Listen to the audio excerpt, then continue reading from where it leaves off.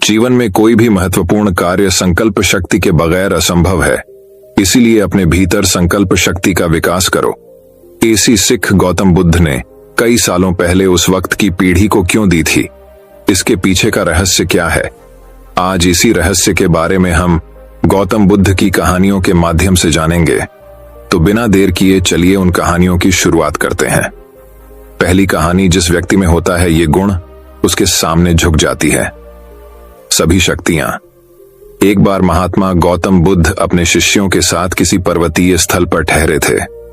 शाम के समय वह अपने एक शिष्य के साथ भ्रमण के लिए निकले। दोनों प्रकृति के मोहक दृश्य का आनंद ले रहे थे। विशाल और मजबूत चट्टान को देख शिष्य के भीतर उत्सुकता जगी।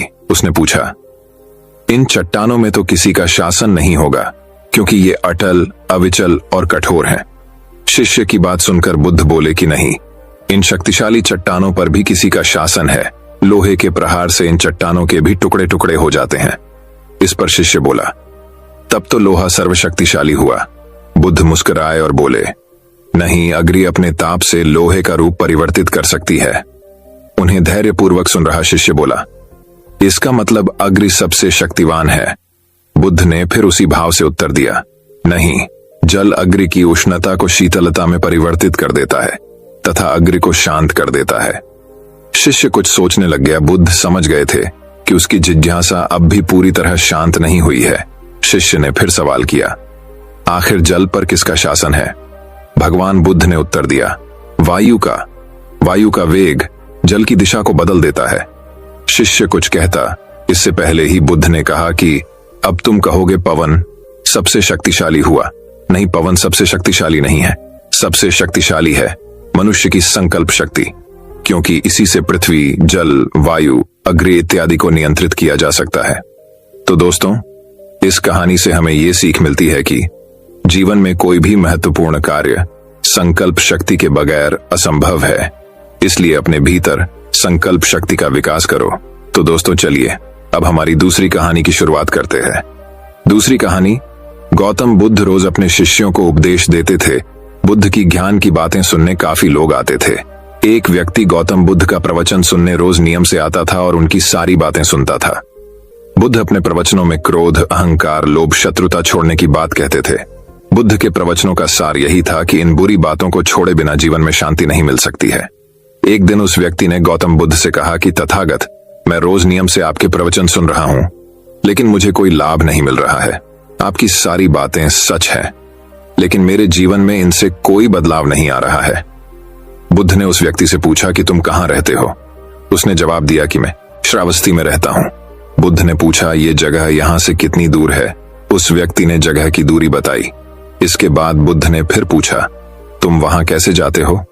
व्यक्ति ने बताया कि कभी घोड़े पर, कभी बैलगाड़ी पर बैठकर जाता हूं। बुद्ध ने फिर पूछा कि तुम्हें वहां पहुंचने में कितना समय लगता है? व्यक्ति ने पहुंचने का समय भी बता दिया। इसके बाद बुद्ध ने अंतिम प्रश्न पूछा कि क्या तुम यहां बैठे बैठे ही श्रावस्ती पहुंच सकते हो? इस प्रश्न के जवाब में व्यक्ति ने कहा कि गुरुजी, ये कैसे संभव है? इसके लिए तो चलना पड़ेगा, तभी मैं वहां पहुंच सकता हूं। बुद्ध बोले कि हम चलकर ही हमारे लक्ष्य तक पहुंच सकते हैं। ठीक इसी तरह जब तक हम अच्छी बातों का पालन नहीं करेंगे, उन पर चलेंगे नहीं, तब तक हम पर प्रवचनों का कोई असर नहीं होगा। सिर्फ अच्छी बातें सुनने से हमारा जीवन नहीं बदलता है। हमें प्रवचन को समझना होगा और उन्हें अपने जीवन में अपनाना होगा। व्यक्ति को बुद्ध की बातें समझ आ गईं और उस दिन के बाद उसने भी बुद्ध के बताए मार्ग पर चलना शुरू कर दिया। बुद्ध के प्रवचनों से व्यक्ति की सोच बदल गई और उसका मन शांत हो गया। तो दोस्तों, इस कहानी से हमें यह सीख मिलती है कि इस छोटी सी कथा की सीख यह है कि अगर हम मन शांत करना चाहते हैं तो हमें क्रोध, लोभ, मोह, अहंकार को तुरंत छोड़ देना चाहिए। इन बुराइयों की वजह से हमारा मन अशांत रहता है, शांति नहीं मिलती है। तो दोस्तों, चलिए अब हमारी तीसरी कहानी की शुरुआत करते हैं। तीसरी कहानी, महात्मा बुद्ध द्वारा सैकड़ों वर्ष पहले दिए गए उपदेश आज भी प्रासंगिक है। तो आइए आज पढ़ते हैं महात्मा बुद्ध के जीवन से जुड़ी एक बड़ी ही प्रेरक और दिलचस्प कहानी, जिसमें उन्होंने बताया है कि आदमी की तुलना कैसे करें। एक बार एक आदमी महात्मा बुद्ध के पास पहुंचा। उसने पूछा, प्रभु, मुझे ये जीवन क्यों मिला? इतनी बड़ी दुनिया में मेरी क्या कीमत है? बुद्ध मुस्कुरा दिए और उस आदमी को एक चमकीला पत्थर देते हुए बोले कि जाओ, पहले इसका मूल्य पता करके आओ, लेकिन इसे बेचना मत, केवल मूल्य पता करना। वो आदमी सबसे पहले उस पत्थर को लेकर एक आम वाले के पास गया और उसे पत्थर दिखाते हुए बोला, इसकी कीमत क्या होगी? आम वाला पत्थर को देखते ही समझ गया कि ये कोई बेशकीमती पत्थर लगता है। फिर भी वह बनावटी आवाज में बोला कि मैं इसके बदले में 10 आम दे सकता हूं। आदमी वहां से चला गया और एक सब्जी वाले के पास पहुंचा, जिसने कहा कि मैं इसके बदले एक बोरी आलू दे सकता हूं। अब उस आदमी को यह मालूम पड़ चुका था कि यह पत्थर वाकई में कीमती है, और फिर वो उसे लेकर एक हीरे के व्यापारी के पास पहुंचा। व्यापारी पत्थर को देखकर अचंभित रह गया। उसने कहा कि मैं तुम्हें इसके बदले 10 लाख रुपए दे सकता हूं। आदमी महात्मा बुद्ध के पास जाने के लिए मुड़ा ही था कि व्यापारी ने आवाज लगाई कि मैं तुम्हें इसके बदले में 50 लाख रुपए देने को भी तैयार हूं। लेकिन आदमी नहीं रुका। व्यापारी ने गिड़गिड़ाते हुए फिर आवाज लगाई कि तुम मुझे बस वो हीरा दे दो, बदले में तुम जितना धन चाहो मैं देने के लिए तैयार हूं। आदमी नहीं माना और महात्मा बुद्ध के पास लौट गया और उन्हें पत्थर वापस करते हुए पूरा वृत्तांत कह सुनाया। बुद्ध मुस्कुराकर बोले, आम वाले ने इसका मोल 10 आम लगाया, सब्जी वाले ने एक बोरी आलू और हीरे के व्यापारी ने कहा कि यह अनमोल है। इस पत्थर के गुण जिसने जितने समझे उसने उतने मोल लगाए। ऐसा ही ये जीवन है। हर आदमी एक हीरे के समान है। दुनिया उसके गुणों को जितना पहचान पाती है उतनी ही महत्ता देती है। लेकिन आदमी और हीरे में फर्क ये है कि हीरे को कोई दूसरा तराशता है और आदमी को अपने आप को खुद ही तराशना पड़ता है। तुम भी अपने भीतर के गुणों को तराशो, तुम्हें पहचानने वाला भी कोई न कोई मिल ही जाएगा। महात्मा बुद्ध की इस प्रेरक कहानी से हमें ये सीख मिलती है कि इंसान को उसके गुणों के आधार पर महत्व दिया जाता है। तो दोस्तों, चलिए अब हमारी चौथी कहानी की शुरुआत करते हैं। चौथी कहानी। गौतम बुद्ध एक दिन एक वृक्ष को नमन कर रहे थे। उनके एक शिष्य ने यह देखा तो उसे हैरानी हुई। वह बुद्ध से बोला, भगवान, आपने इस वृक्ष को नमन क्यों किया? शिष्य की बात सुनकर बुद्ध बोले, क्या इस वृक्ष को नमस्कार करने से कुछ अनहोनी घट गई? शिष्य बुद्ध का जवाब सुनकर बोला, नहीं भगवान, ऐसी बात नहीं है, किंतु मुझे यह देखकर हैरानी हुई कि आप जैसा महान व्यक्ति इस वृक्ष को नमस्कार क्यों कर रहा है। वह न तो आपकी बात का जवाब दे सकता है और न ही आपके नमन करने पर प्रसन्नता व्यक्त कर सकता है। बुद्ध हल्का सा मुस्कुराकर बोले, वत्स, तुम्हारा सोचना गलत है। वृक्ष मुझे जवाब बोलकर भले न दे सकता हो, किंतु जिस प्रकार प्रत्येक व्यक्ति के शरीर की एक भाषा होती है, उसी प्रकार प्रकृति और वृक्षों की भी एक अलग भाषा होती है। अपना सम्मान होने पर ये झूमकर प्रसन्नता और कृतज्ञता दोनों ही व्यक्त करते हैं। इस वृक्ष के नीचे बैठकर मैंने साधना की। इसकी पत्तियों ने मुझे शीतलता प्रदान की, धूप से मेरा बचाव किया। हर पल इस वृक्ष ने मेरी सुरक्षा की। इसके प्रति कृतज्ञता व्यक्त करना मेरा कर्तव्य है। प्रत्येक व्यक्ति को प्रकृति के प्रति सदैव कृतज्ञ बने रहना चाहिए, क्योंकि प्रकृति व्यक्ति को सुंदर जीवन प्रदान करती है। तुम जरा इस वृक्ष की ओर देखो कि इसने मेरी कृतज्ञता व धन्यवाद को बहुत ही खूबसूरती से ग्रहण किया है और जवाब में मुझे झूम कर यह बता रहा है कि आगे भी वह प्रत्येक व्यक्ति की हर संभव सेवा करता रहेगा। बुद्ध की बात पर शिष्य ने वृक्ष को देखा तो उसे लगा कि सचमुच वृक्ष एक अलग ही मस्ती में झूम रहा था और उसकी झूमती हुई पत्तियां, शाखाएं व फूल मन को एक अद्भुत शांति प्रदान कर रहे थे। यह देखकर शिष्य स्वतः वृक्ष के सम्मान में झुक गया। तो दोस्तों, चलिए अब हमारी 5वीं कहानी की शुरुआत करते हैं। 5वीं कहानी, भगवान बुद्ध श्रद्धा की शक्ति। एक बार बुद्ध भिक्षाटन के लिए निकले। एक गरीब ने उनको सूखी रोटी का टुकड़ा दिया। उन्होंने बहुत प्रसन्नता के साथ उसे ले लिया। अगले द्वार पर उनको स्वादिष्ट भोजन दिया गया।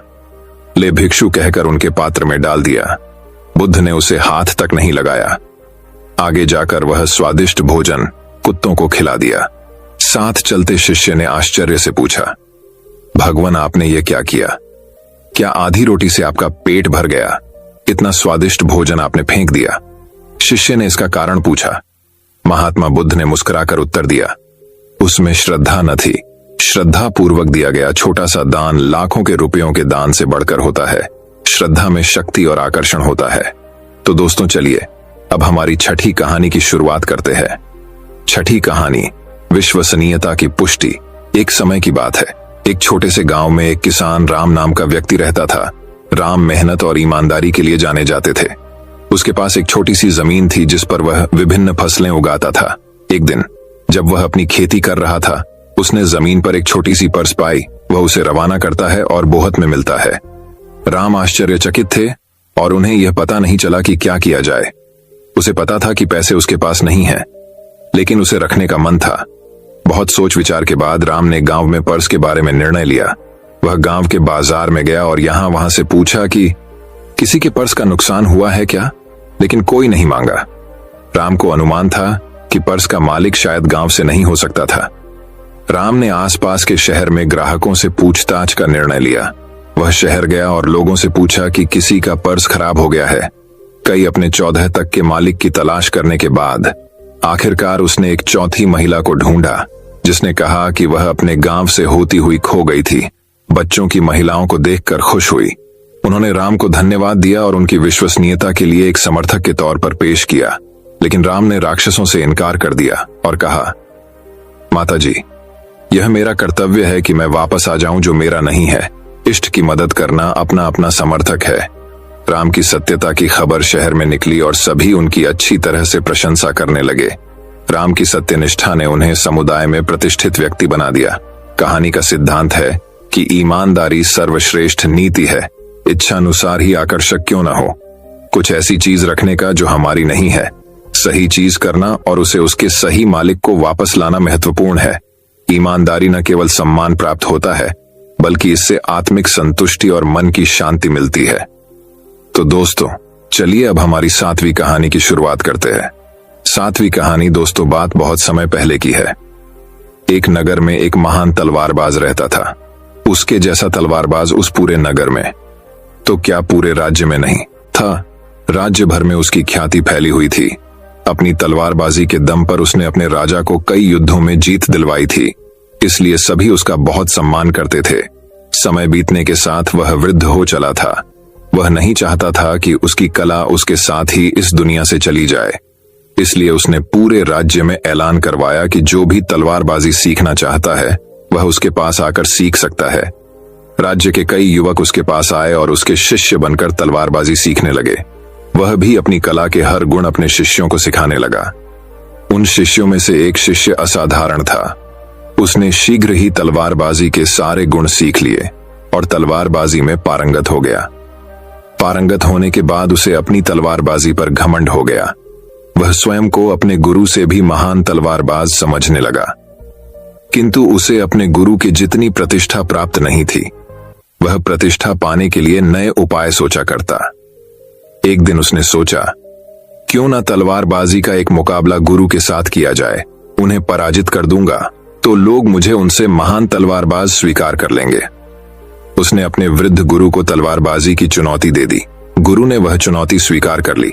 7 दिन बाद दोनों में मध्य तलवारबाजी का मुकाबला नियत किया गया। पूरे राज्य में इस मुकाबले की चर्चा थी। यहां तक कि राज्य के राजा भी वह मुकाबला देखने को आतुर थे।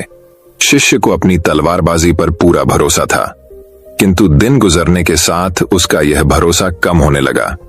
उसे लगने लगा कि गुरु ने अवश्य तलवारबाजी की एक न एक विधा उसे नहीं सिखाई होगी। वह अपने गुरु पर नजर रखने लगा, ताकि अभ्यास के दौरान यदि गुरु वह विधा प्रयोग करे तो उसे देखकर वह सीख सके। एक दिन उसने देखा कि गुरु कहीं जा रहा है। वह उसका पीछा करने लगा। गुरु लोहार के पास पहुंचा और लोहार को 15 फुट लंबी म्यान तैयार करने का आदेश दिया है। शिष्य ने सोचा, अवश्य ही गुरु 15 फुट लंबी तलवार बनवाकर उतनी दूर से ही उसका सिर कलम कर देने की योजना बना रहा है। बिना समय व्यर्थ किए वह एक अन्य लोहार के पास गया और उससे 16 फुट लंबी तलवार बनवा ली। मुकाबले का दिन आया। गुरु और शिष्य दोनों एक दूसरे के आमने सामने थे। जैसे ही मुकाबला शुरू हुआ, गुरु ने म्यान से तलवार निकालकर शिष्य की गर्दन पर रख दी। उधर शिष्य म्यान से अपनी 16 फुट लंबी तलवार निकालता ही रह गया। वास्तव में गुरु ने म्यान 15 फुट की बनवाई थी, किंतु उसकी तलवार एक सामान्य तलवार थी। जो लोग वहां गुरु शिष्य का सामना देखने आए थे, वो सभी उस शिष्य पर हंसने लगे। सबको खुद पर हंसता देख शिष्य ने गुरु से माफी मांगी और वहां से चला गया। दोस्तों, ये कहानी हमें ये शिक्षा प्रदान करती है कि जीवन में हर युद्ध ताकत और बल के सहारे नहीं जीते जाते। आत्मज्ञान और अनुभव के सामने ताकत और बल भी फीके पड़ जाते हैं और घमंड को कभी न कभी नीचा देखना ही पड़ता है। कला पर घमंड कभी घमंड न करे। तो दोस्तों, चलिए अब हमारी 8वीं कहानी की शुरुआत करते हैं। 8वीं कहानी, वही अब 8वीं कहानी कुछ इस प्रकार शुरू होती है। बात बहुत समय पहले की है। एक शाम रोज की तरह मेला सजा हुआ था। महिला, पुरुष और बच्चे सभी मेले का आनंद उठा रही थी। दुकानों में अच्छी खासी भीड़ उमड़ी हुई थी। उन्हीं दुकानों में से एक दुकान कांच से निर्मित वस्तुओं की थी, जिसमें कांच के बर्तन और गृह सज्जा की कई वस्तुएं बिक रही थीं। अन्य दुकानों की अपेक्षा उस दुकान में लोगों की भीड़ कुछ कम थी। एक जौहरी भी उस दिन मेले में घूम रहा था। घूमते घूमते जब वह उस दुकान के पास से गुजरा तो उसकी नजर एक चमकते हुए कांच के टुकड़े पर अटक गई। उसकी पारखी नजर तुरंत ताड़ गई कि वह कोई साधारण कांच का टुकड़ा नहीं, बल्कि बेशकीमती हीरा है। वह समझ गया कि दुकानदार इस बात से अनभिज्ञ है। वह दुकान में गया और उस हीरे को उठाकर दुकानदार से उसकी कीमत पूछने लगा। भाई, जरा इसकी कीमत तो बताना। दुकानदार बोला, ये मात्र 20 रुपए का है। जौहरी लालची था। वह कम से कम कीमत में उस कीमती हीरे को हथियाने की फिराक में था। वह दुकानदार से मोलभाव करने लगा। नहीं भाई, इतनी कीमत तो मैं नहीं दे सकता। मैं तुम्हें इसके 15 रुपए दे सकता हूं। 15 रुपए में तुम मुझे ये दे सकते हो तो दे दो। दुकानदार उस कीमत पर राजी नहीं हुआ।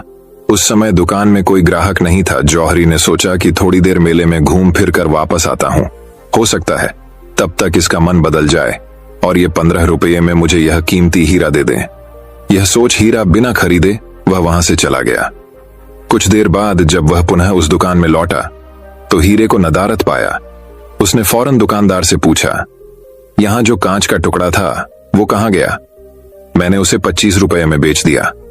दुकानदार ने उत्तर दिया। जौहरी ने अपना सिर पीट लिया और बोला, ये तुमने क्या किया? तुम बहुत बड़े मूर्ख हो। वह कोई कांच का टुकड़ा नहीं, बल्कि बेशकीमती हीरा था। मात्र 25 रुपए में तुमने उसे बेच दिया। मूर्ख मैं नहीं, तुम हो। मैं तो नहीं जानता था कि वह बेशकीमती हीरा है, पर तुम तो जानते थे। फिर भी तुम मुझसे मोल भाव कर 5 रुपये बचाने में लगे रहे और हीरा बिना खरीदे ही दुकान से चले गए। दुकानदार ने उत्तर दिया। दुकानदार का उत्तर सुन जौहरी अपनी मूर्खता पर पछताने लगा और पछताते हुए खाली हाथ वापस लौट गया। दोस्तों, ये कहानी हमें ये शिक्षा प्रदान करती है कि मूर्खता और लालच दोनों नुकसान का कारण है। 9वीं कहानी।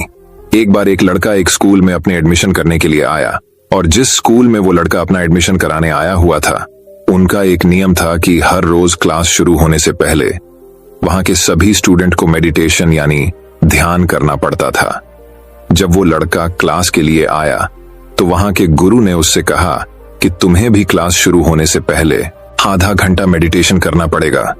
फिर वो लड़का मेडिटेशन के लिए बैठा और मेडिटेशन करने लगा, लेकिन 2 मिनट के बाद ही उस लड़के को गुस्सा आने लगा और उसने अपनी आंखें खोल लीं और वह मेडिटेशन से उठ गया। लेकिन वहां के गुरु ने उसे फिर से मेडिटेशन करने के लिए कहा। वह लड़का फिर से मेडिटेशन करने के लिए बैठा, लेकिन फिर से 2 मिनट के बाद ही उसे गुस्सा आने लगा। दरअसल प्रॉब्लम यह थी कि जब वह लड़का मेडिटेशन करने के लिए बैठता था तो उसे आसपास के लोगों की बातों की आवाज आती थी, जिससे उसे गुस्सा आता था। फिर उस लड़के के साथ रोज ऐसा ही होने लगा। 3 दिन बीतने के बाद उसने अपनी यह प्रॉब्लम उस स्कूल के एक गुरु कोपताई को बता दी और उस लड़के ने उस गुरु को यह भी कहा कि जब हम मेडिटेशन करते हैं तो यहाँ के लोगों को बातें करने के लिए मना कीजिए, क्योंकि यह जो डिस्टरबेंस होता है तभी मुझे गुस्सा आता है। और जब मैं मेडिटेशन करता हूं और कोई मुझे डिस्टर्ब करता है तो मेरा मन उस इंसान को मारने के लिए या डांटने के लिए करता है। इसीलिए मुझे मेडिटेशन करने के लिए शांत माहौल चाहिए। तो उस स्कूल के गुरु ने उस लड़के से कहा, तुम कुछ भी कर लो, लोग तुम्हें हर जगह डिस्टर्ब करेंगे। तुम्हें अपने गुस्से पर काबू करना पड़ेगा। और अगर फिर भी तुम चाहते हो कि तुम्हें एक शांत माहौल चाहिए तो कल से तुम उस नदी के पास मेडिटेशन करना। वहां पर तुम्हें बातों की आवाज नहीं आएगी। वो लड़का अगले दिन नदी के पास मेडिटेशन करने लगा। जब वह मेडिटेशन करने के लिए बैठा तो थोड़ी देर के बाद वहां से एक आदमी अपना कुत्ता लेकर जा रहा था। उस कुत्ते की आवाज से उस लड़के को डिस्टर्ब हुआ और उसे गुस्सा आ गया और फिर से 3 दिन तक उसके साथ ऐसा ही हुआ। फिर उस लड़के ने सोचा, क्यों ना मैं नदी के बीच में जाकर मेडिटेशन करूं, वहां पर मुझे कोई डिस्टर्ब नहीं करेगा। वह लड़का एक नाव लेकर नदी के बीचों बीच चला गया और वहां पर मेडिटेशन करने लगा। और जैसे उसने सोचा था वैसा ही हुआ। नदी के बीच में उसे किसी ने भी डिस्टर्ब नहीं किया और अब से हर रोज ऐसा ही होने लगा था। वह लड़का अपना मेडिटेशन अच्छे से कर रहा था, लेकिन 1 हफ्ता बीतने के बाद जब वह लड़का नदी के बीच में मेडिटेशन कर रहा था, तभी उसे पानी की छप छप की आवाज आई। उसने आंखें खोलकर देखा तो उसे अपने सामने एक नाव दिखी जो कि उसकी ही तरफ आ रही थी। उस लड़के ने उस नाव की तरफ देखकर चिल्लाते हुए कहा, अपनी नाव यहां पर मत लाओ, यहां पर मैं मेडिटेशन कर रहा हूं। उस नाव से कोई आवाज नहीं आई। उस लड़के ने दोबारा चिल्लाते हुए कहा, लेकिन फिर भी नाव उसकी तरफ आ रही थी और उस नाव ने उस लड़के की नाव को टक्कर मार दी। अब लड़के को बहुत गुस्सा आ गया था। लड़के ने सोचा, इस नाव में जो भी होगा उसे अब मैं नहीं छोड़ने वाला। फिर लड़का जैसे ही उस नाव के अंदर गया, लड़के ने देखा उस नाव में कोई भी नहीं था। लड़के का गुस्सा शांत हो गया। इतने में नदी के साइड से एक आदमी भागते हुए आया। लड़के ने सोचा, शायद यह नाव उस आदमी की होगी।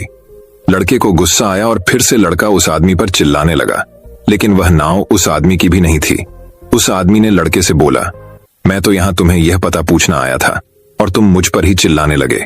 यह सुनने के बाद लड़के का गुस्सा फिर से शांत हो गया। फिर लड़का उस नाव को उस दिशा में लेकर गया जिस दिशा से वो नाव आई थी। लड़के ने यह सोचा कि वहां पर इस नाव का मालिक मिल जाएगा, वहां पर जाकर उस पर अपना गुस्सा निकाल लूंगा। लेकिन ये लड़का जब वहां पर पहुंचा तो वहां पर पहुंचने के बाद इसे मालूम पड़ा कि यह नाव तो बंधी हुई थी और तेज हवा और लहरों की वजह से यह खुलकर खुद नदी में चली गई। अब उस लड़के का गुस्सा फिर से शांत हो गया। वह किसी को कुछ बोल ही नहीं सकता था, क्योंकि यह सब जो हुआ था यह तो नेचुरली हुआ था, प्रकृति की वजह से हुआ था। किसी का बीच में कोई दोष नहीं था। उस लड़के ने एक मिनट के लिए सोचा कि जब यह नाव मेरी नाव को टक्कर मारी थी तो तब मुझे बहुत गुस्सा आया था और मेरा मन यह कह रहा था कि जिस किसी ने भी ये किया हो उसे मैं नहीं छोड़ूंगा। और जैसे मुझे पता चला कि वह नाव खाली है, उस नाव में कोई नहीं है, तो मेरा गुस्सा शांत हो गया। और जब मुझे यह पता चला कि नाव किसी इंसान की वजह से नहीं बल्कि हवा की वजह से नेचुरली खुल गई थी, तो मैं अपने गुस्से को भूल गया। यही चीज होती है हमारे साथ भी। जब हमें किसी चीज पर गुस्सा आता है और वह चीज किसी इंसान की वजह से होती है, तो हम अपना गुस्सा उस इंसान पर तो निकाल लेते हैं, लेकिन अगर कोई चीज प्रकृति की वजह से होती है, नेचुरली होती है, तो हम अपना गुस्सा किसी पर भी निकाल नहीं सकते और हम अपने गुस्से को भूल जाते हैं। क्यों ना अगर हम हर बार ऐसे ही सोचें, जब हमें गुस्सा आए किसी इंसान की वजह से, तो हम ये सोचे कि अगर यह प्रकृति की वजह से होता तो क्या हम उस इंसान पर चिल्लाते।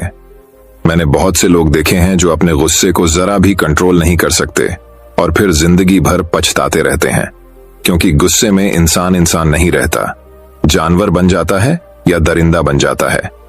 याद रखिए, आप अपने गुस्से में एक पल के लिए सब्र कर लेते हैं तो आप 1000 दिनों के दुख से बच जाएंगे।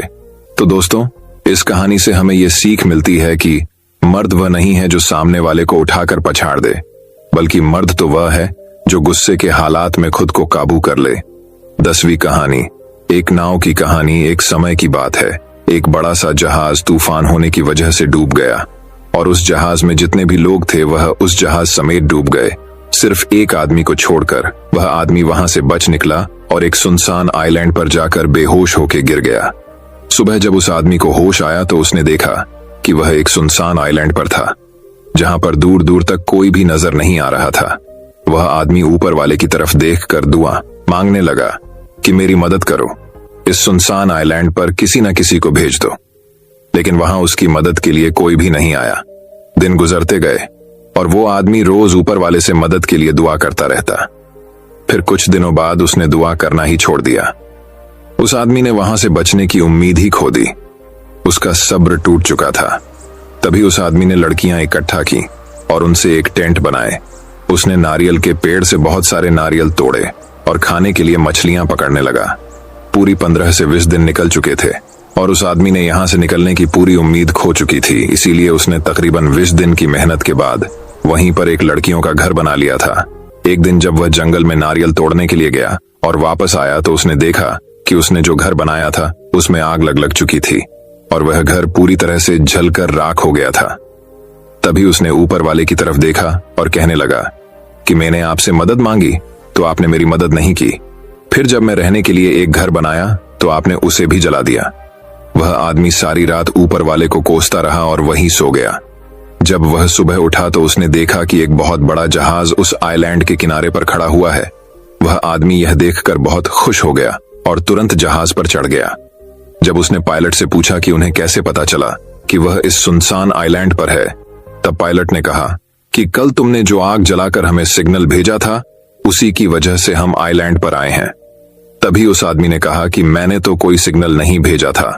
तभी वह आदमी सोचने लगा और उसे याद आया कि रात में जो उसका टेंट जल गया था, जो उसने घर बनाया था जो जल चुका था, शायद उसी की वजह से ये लोग यहाँ पर आए हैं। तभी वह आदमी ऊपर देखकर खुशी से चिल्लाने लगता है। सेम चीज हमारे साथ भी होती है। हम सब रोज कई सारी प्लानिंग करते हैं और अगर चीज हमारी प्लानिंग के हिसाब से नहीं होती है तब हम बौखला जाते हैं। किसी चीज को लेकर हमारी उम्मीद पूरी तरह से टूट जाती है। हमारा सब्र हमें आवाज देने लग जाता है और हम ऊपर वाले को ब्लेम करने लग जाते हैं, लेकिन आपको नहीं पता कि उसका प्लान आपके लिए क्या है। आप उसका अंदाजा भी नहीं लगा सकते। वह लाखों करोड़ों लोगों की जिंदगी चलता है। उसे सब पता है कि कब किसे क्या देना है और क्या नहीं। भी आपकी लाइफ में बड़ा हो रहा हो, जब चीजें आपके हिसाब से नहीं हो रही हो, तब उस पर भरोसा रखना। उसके पास जरूर आपके लिए कोई प्लान है। वह दूसरा दरवाजा खोले बिना पहला दरवाजा बंद नहीं करता। कभी भी उम्मीद मत छोड़ना। 11वीं कहानी। एक वक्त की बात है। एक बहुत बड़ा कामयाब आदमी जो बहुत बड़ा बिजनेसमैन था, वह एक पार्क में बहुत ही उदास बैठा हुआ था। इतना उदास जैसे उसका सब कुछ खत्म हो चुका हो। लेकिन सच्चाई यह थी कि शायद ही कोई दूसरा इंसान उस शहर में उसकी जितना कामयाब था। और उसके पिता भी पास ही में टहल रहे थे। वो उसे उदास देखकर उसके पास आकर बैठ गए और उससे उदास होने की वजह पूछी। उसने उदास होने की वजह जब अपने पिता को बताई, मुझे लगता है कि हम सबके उदास होने की वजह भी ज्यादातर वही होती है। उसने कहा कि मैं जब स्कूल में था तब मुझे लगता था कि जब मैं फर्स्ट पोजीशन पर आऊंगा तो मुझे बहुत खुशी होगी। तो मैं फर्स्ट पोजीशन पर आया, लेकिन 2 दिन तक खुशी हुई, फिर सब नॉर्मल। फिर मुझे लगा कि अगर मैं स्कूल पास कर जाऊंगा तब लाइफ बहुत अच्छी हो जाएगी। वो भी पास कर गया, फिर भी सब नॉर्मल रहा। उसके बाद लगा ग्रेजुएट हो जाऊंगा तब लाइफ अच्छी हो जाएगी। ग्रेजुएट भी हो गया, फिर भी लाइफ नॉर्मल। उसके बाद मुझे लगा कि मैं अच्छी नौकरी हासिल कर लूंगा तब लाइफ अच्छी हो जाएगी। अच्छी नौकरी भी हासिल कर ली, लेकिन 2 दिन की खुशी, फिर सब नॉर्मल। उसके बाद लगा कि शायद सैलरी कम है, अगर सैलरी बढ़ेगी और प्रमोशन मिलेगा तब फैमिली के साथ कहीं घूमने जाऊंगा, तब वह खुशी मिलेगी। लेकिन सैलरी भी बढ़ गई, बिजनेस भी शुरू कर दिया, लेकिन उस तरीके से घूमने जा ही नहीं पाया और फिर बिजनेस को बढ़ाने में उलझ गया। और ऐसी कितनी तरह की खुशियां हैं जिनका मैं सिर्फ इंतजार ही करता रह गया, लेकिन वह कभी आई ही नहीं। और अब ऐसा लगता है कि वह खुशियां शायद कभी आएंगे ही नहीं, क्योंकि इतना सब कुछ मिलने के बाद भी नहीं आई तो आप कहां से आएगी। ये सब सुनने के बाद उसके पिता उसकी बात समझ गए और उसे उसी पार्क के पास एक बगीचे में ले गए जहां पर बहुत सारे तरह तरह के फूलों की लंबी लाइन थी। उसके पिता ने उससे कहा कि मैं तुम्हें तुम्हारी बात का जवाब बाद में दूंगा, पहले इधर आओ और एक काम करो। ये जो फूलों की लाइन है, तुम्हें इसके साइड से चलना है और इन फूलों में से सबसे अच्छा दिखने वाला फूल तोड़ कर लाना है। लेकिन एक शर्त है, इस पूरी लाइन में तुम पीछे मुड़कर नहीं देख सकते हो और ना ही तुम पीछे वापस आ सकते हो, सिर्फ आगे देख सकते हो और आगे ही बढ़ सकते हो। अब उस आदमी ने उन फूलों की लाइन के साइड से चलना शुरू किया। बहुत सारे अच्छे अच्छे फूल उन फूलों की लाइन में लगे हुए थे, अलग अलग कलर के, अलग अलग खुशबू के। तो वो आदमी जब भी किसी फूल को तोड़ने के बारे में सोचता तो उसे लगता कि शायद आगे अभी बहुत लंबी लाइन लगी हुई है, इससे भी सुंदर और इससे भी बढ़िया फूल आगे मिल जाएगा। तो इसलिए वह उस फूल को छोड़कर वहां से आगे बढ़ जाता। अब वह पीछे जा नहीं सकता था और आगे लाइन छोटी होती जा रही थी। तो ऐसा करते करते वो उस लाइन के आखिर में पहुंच गया जहां पर थोड़े ही फूल थे और उनमें से भी ज्यादातर मुरझाए हुए थे। 12वीं कहानी। एक समय की बात है, एक कारपेंटर था जो बहुत अच्छे अच्छे घर बनाया करता था। वह अपने बॉस का सबसे अच्छा कारीगर था। उस कारपेंटर के जैसा घर पूरे शहर में कोई नहीं बन सकता था। जब भी कोई इंसान उसके हाथ से बना हुआ घर देखता तो वो उसकी बड़ी तारीफ क्या करता। यह कारपेंटर 40 साल से अपने बॉस के लिए काम कर रहा था। अब उसकी उम्र 60 साल की हो गई थी। उसने सोचा कि मुझे अब रिटायरमेंट ले लेनी चाहिए, तो वो अपने बॉस के पास पहुंचा और बॉस से कहा कि बॉस, मुझे अब रिटायरमेंट चाहिए। मैं 40 साल आपके साथ मिलकर बहुत अच्छा काम किया है, अरे अच्छे अच्छे घर बनाए हैं और अब मैं रिटायर होना चाहता हूं। तभी उसके बॉस ने उसे रोका और कहा, मेरे पास एक बहुत बड़ा प्रोजेक्ट आया है और मैं चाहता हूं कि तुम ही उसे पूरा करो और यह प्रोजेक्ट पूरा करने के बाद तुम चाहो तो रिटायरमेंट ले सकते हो, तुम्हें कोई नहीं रोकेगा। तो अब वह बेचारा कारपेंटर रिटायर होने के मूड से आया था, लेकिन बॉस ने अब जाते जाते और एक काम दे दिया और 2 महीने तक अब और काम करना पड़ेगा। तो उसका मन तो नहीं था उसे प्रोजेक्ट को हाँ बोलने का, लेकिन बस के साथ 40 साल काम किया है तो ना भी नहीं बोल सकता था, इसीलिए उसने उस प्रोजेक्ट के लिए ने हाँ बोल दिया। अब उस प्रोजेक्ट पर काम शुरू हुआ तो कारपेंटर जैसा पहले काम करता था, पूरी शिद्दत के साथ, पूरे दिल से। अब उसने वैसा काम नहीं किया, उसने बहुत ही ढीले तरीके से और जैसे तैसे करके उसे घर को बना दिया। तभी उस बॉस ने कारपेंटर को रोका और उस घर की चाबियां उसे वापस दे दी और कहा कि तुम मेरे सबसे बेहतरीन कारीगर हो और तुमने मेरे साथ 40 साल काम किया है। अब तुम रिटायर हो रहे हो, इसलिए मैं तुम्हें एक तोहफा देना चाहता था, और वह तोहफा यह घर है जो तुमने अभी अभी बनाया है। उस कारपेंटर ने जैसे ही यह सुना, उसके मुंह से यह सब निकाल, काश काश मुझे यह पता होता है, यह घर मेरा ही होने वाला है, तो मैं इस घर को अपनी पूरी जिंदगी का सबसे अच्छा घर बनाता। इस घर को मैं अपनी पूरी शिद्दत और मेहनत से बनाता। दोस्तों, हमें इस कहानी से ये सीख मिलती है कि हमें जिंदगी में भी ये जो काश शब्द है, ये बोलने की जरूरत नहीं पड़नी चाहिए। काश मैं ऐसा कर लेता, काश मैं वैसा कर लेता, काश मैं वो जॉब छोड़ देता, काश मैं ये जॉब कर लेता। कभी भी फैसला लो तो सोच समझ कर फैसला लो कि बाद में आपको रिग्रेट फील ना हो। मैं जानता हूं कि कुछ चीज होती है जो हमारे हाथ में नहीं होती, तो ऐसे वक्त में काश बोलने की जगह जो हो गया है उसे भूल जाओ और जिंदगी में आगे बढ़ो, आगे रास्ता ढूंढो। 13वीं कहानी। एक बार एक जंगल में एक हिरण पानी की तलाश में इधर से उधर भटक रही थी। काफी टाइम के बाद उसे एक नदी दिखती है। जब वह नदी के पास जाती है तो उसकी नजर अपने राइट में पड़ती है तो उसे शिकारी नजर आता है जो कि कमान के साथ उस पर निशाना लगाकर खड़ा हुआ था। वह हिरण अपने लेफ्ट में देखती है तो झाड़ियां के पीछे उसे एक शेर नजर आता है। फिर जैसे हिरण पीछे की तरफ देखती है, उसे जंगल में भयानक आग लगी हुई दिखती है जो कि धीरे धीरे उसके तरफ बढ़ रही थी। और जब सामने देखती है तो सामने तो उसके गहरी और चौड़ी नदी थी।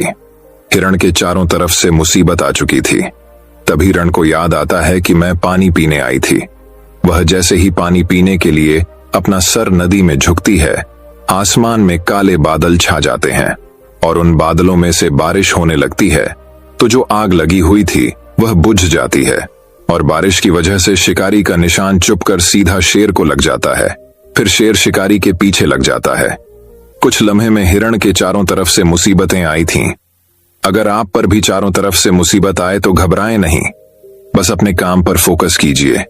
दोस्तों, मैं उम्मीद करता हूं कि यह कहानी सुनने से आपके जीवन में अच्छे बदलाव आए होंगे। आपको इस वीडियो से क्या सीखने मिला ये कमेंट करके जरूर बताएं और अपने परिवार, दोस्तों या आपके करीबी इंसान के साथ ये कहानी शेयर करके उन्हें भी इस ज्ञान से परिचित करवाए। बाकी अगर आपको यह वीडियो दिल से अच्छी लगी हो तभी इस वीडियो को लाइक कर देना और आपने अब तक इस चैनल को सब्सक्राइब न किया हो तो चैनल को सब्सक्राइब भी जरूर कर देना। आपका हर दिन शुभ हो और खुशियों से आपका जीवन भरा रहे। धन्यवाद। नमो बुद्धाय।